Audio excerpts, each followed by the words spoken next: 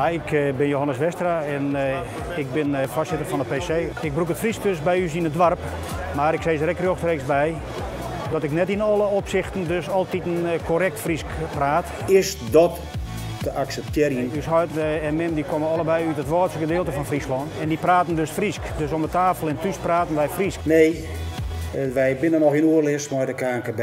En dus Huid die stelt het geweldig op prijs dat de band dat dan ook dienen. Nou, we hebben wel wat van mooi kregen, uiteraard. En je praat dus echt Fries.